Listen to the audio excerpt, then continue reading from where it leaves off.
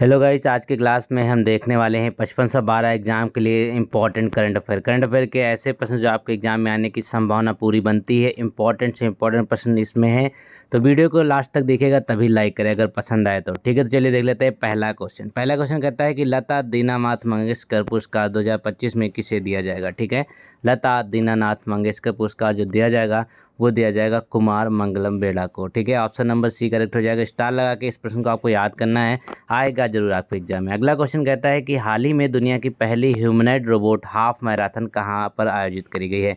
दुनिया की पहली ह्यूमनॉइड रोबोट हाफ मैराथन जो आयोजित करी जाती है वो करी जाती है चीन में। ठीक है, ऑप्शन नंबर डी सही होगा, चीन में इसको आयोजित किया गया। अगला प्रश्न देखिएगा, प्रश्नों का लेवल बहुत अच्छा होने वाला है, निश्चिंत रहिएगा।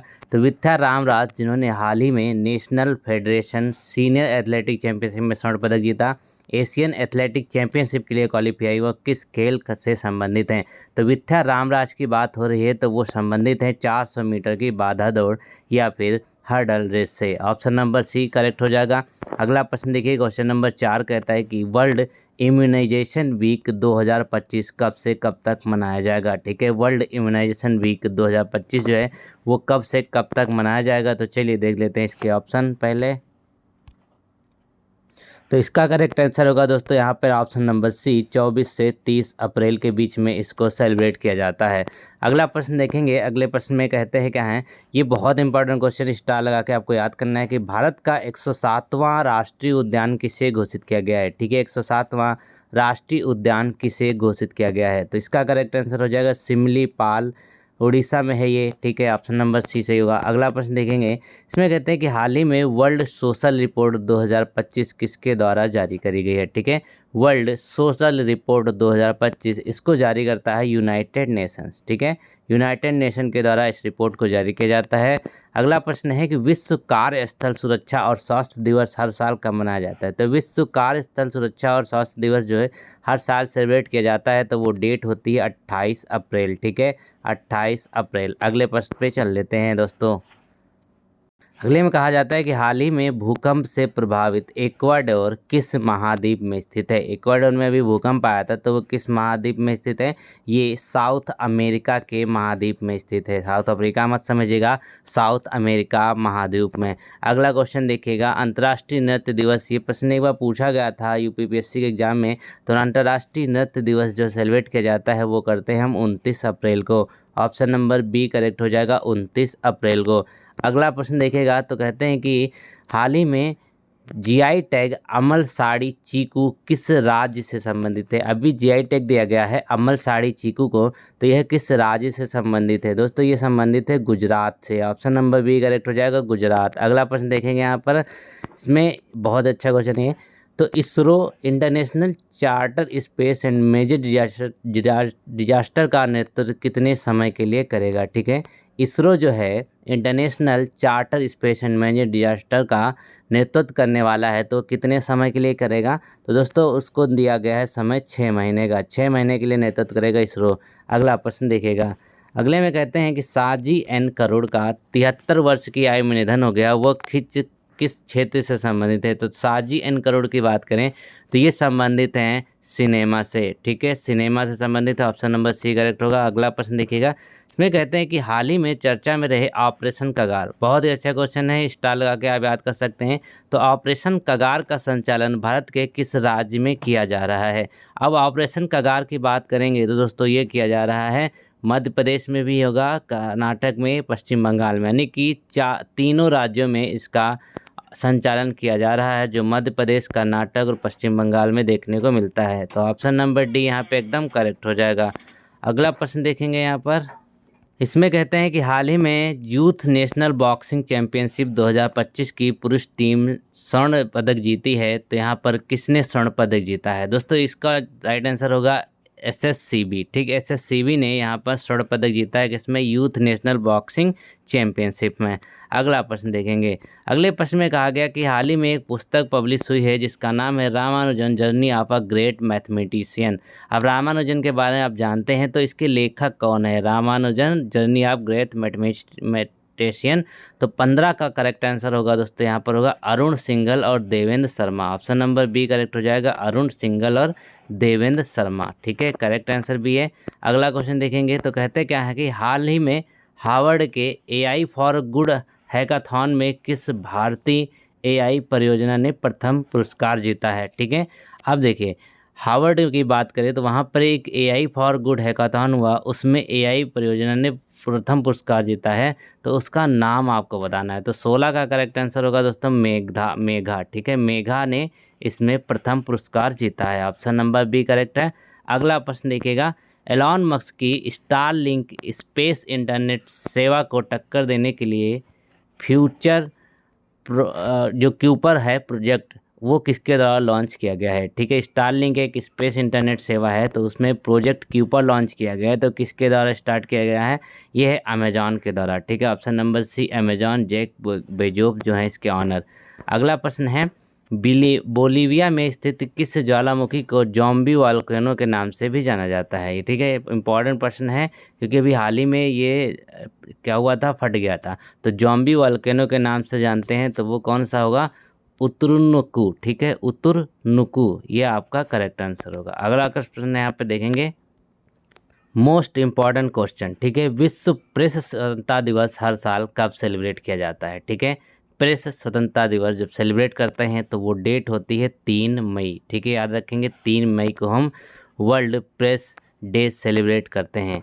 अगला प्रश्न है, केंद्र सरकार ने 2025-26 सीजन के लिए गन्ने का एफआरपी कितने प्रतिशत वृद्धि करी है। इंपॉर्टेंट क्वेश्चन है। तो गन्ने के एफआरपी में जो परसेंटेज में वृद्धि देखने को मिली है वो मिली है 4.41%। ठीक है, 4.41%। ऑप्शन नंबर सी करेक्ट होगा। अगला प्रश्न है, हाल ही में भारत का पहला एआई सक्षम real time forest alert system किस राज्य ने स्टार्ट किया है। मतलब real time forest alert system जो स्टार्ट हुआ है वो किया गया है किसके द्वारा, तो वो हुआ है मध्य प्रदेश के द्वारा। ठीक है, मध्य प्रदेश इसका करेक्ट आंसर हो जाएगा। अगला प्रश्न है कि वर्ल्ड पुलिस समिट 2025 का आयोजन कहाँ पर किया गया। जो वर्ल्ड पुलिस समिट है 2025, उसका जो उद्घाटन होता है दोस्तों, वो अबू धाबी में होता है। अच्छा प्रश्न है, पुलिस से रिलेटेड तो बन सकता है। अगला प्रश्न है, हाल ही में भारतीय वायुसेना के नए वायुसेनाध्यक्ष के रूप में किसे नियुक्त किया गया। ठीक है, तो बहुत इंपॉर्टेंट क्वेश्चन है, उप वायुसेना अध्यक्ष के रूप में किसे नियुक्त किया गया है। तो 23 का करेक्ट आंसर होगा option number C, air marshal Narmadeshwar Tiwari को यहाँ पर उप वायुसेना अध्यक्ष के रूप में नियुक्त किया गया है। अगला प्रश्न देखेंगे, अगले में कहा गया है कि हाल ही में उपराष्ट्रपति जगदीप धनखड़ द्वारा लॉन्च की गई पुस्तक चुनौतियां मुझे पसंद हैं, ये किसके बारे में दर्शाता है। तो अब देखिए, एक पुस्तक है जगदीप धनखड़ ने लॉन्च किया था, ये उपराष्ट्रपति हैं, तो वो चुनौतियां मुझे पसंद हैं, ये है आनंदीबेन पटेल के बारे में। ठीक है, आनंदीबेन पटेल के बारे में।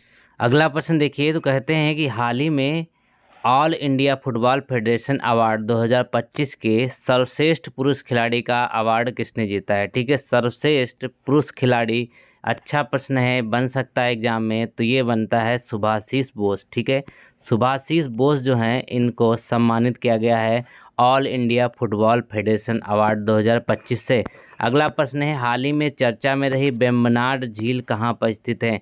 एक झील है जिसका नाम है वेम्बनाड झील, तो ये कहाँ पर स्थित है, तो ये तो बहुत ही ऑप्शन से करेक्ट हो जाएगी, तो आप लोग पढ़े भी होंगे, केरला में है वेम्बनाड झील। ऑप्शन नंबर सी करेक्ट होगा।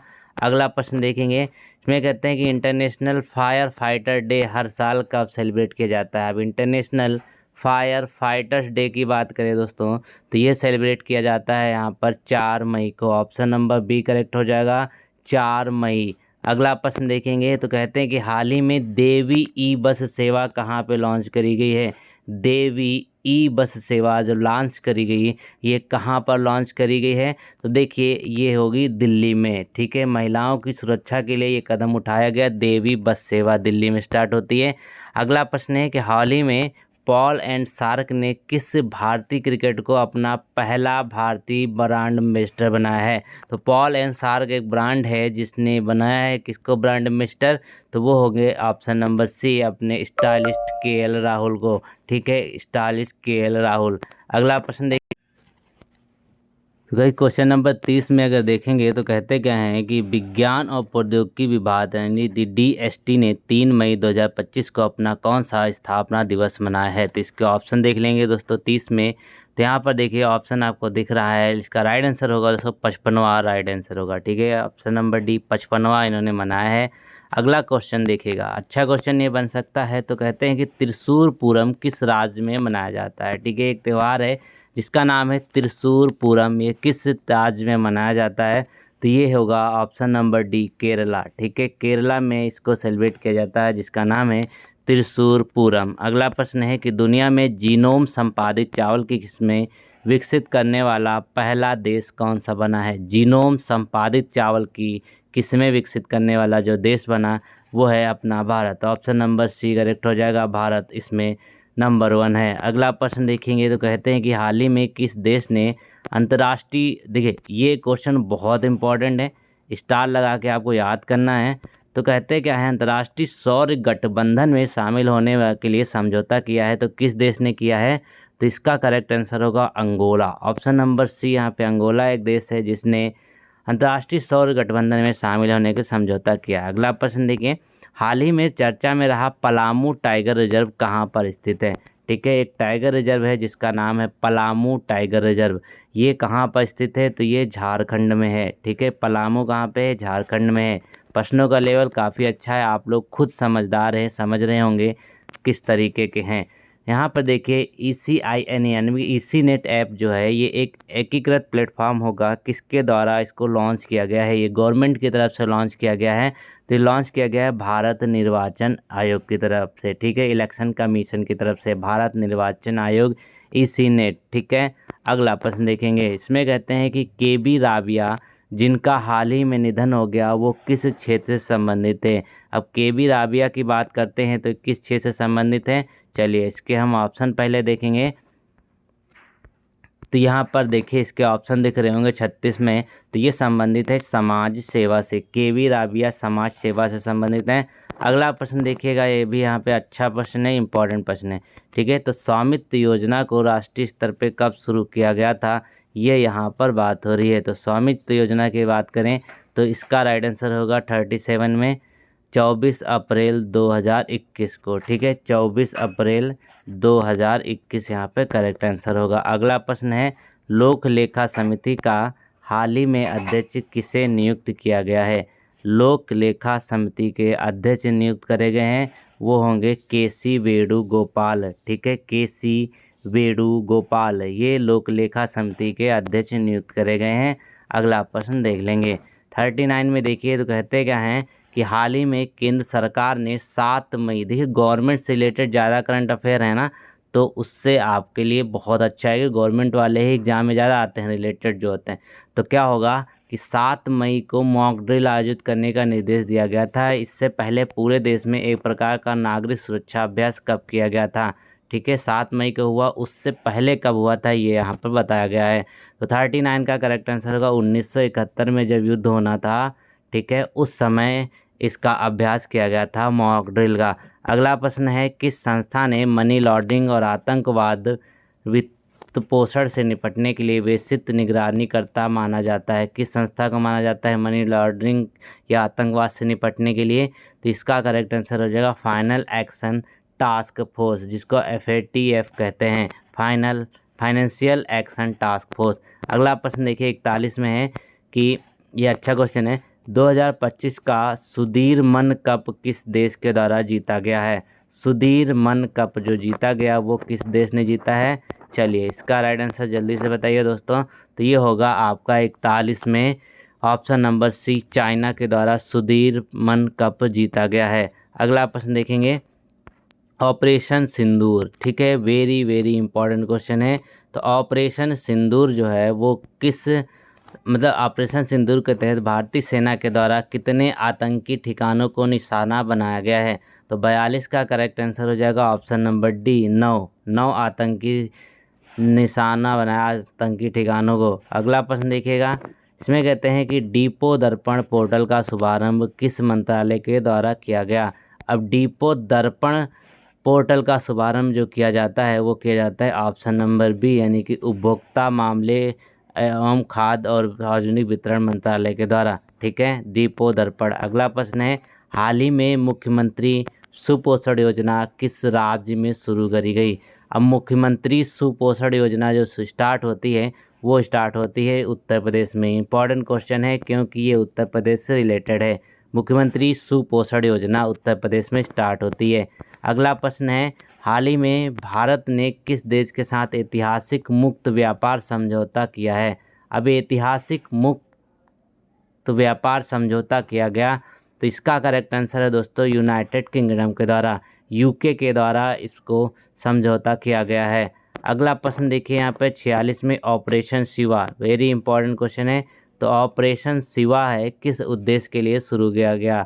ऑपरेशन शिवा 46 का करेक्ट आंसर होगा दोस्तों यहाँ पर, वो होगा ऑप्शन नंबर सी, यानी कि अमरनाथ यात्रा की सुरक्षा सुनिश्चित करने के लिए ऑपरेशन शिवा का यहाँ पे लॉन्च हुआ है। अब ये बहुत इंपॉर्टेंट है, याद करके जाइएगा भैया, बाद में मत करना पढ़ाया नहीं। 47 में देखिए कहते हैं कि भारत का पहला आर्टिफिशियल इंटेलिजेंस यानी कि जो एआई आधारित डेटा सेंटर पार्क कहाँ पर स्थापित किया जा रहा है?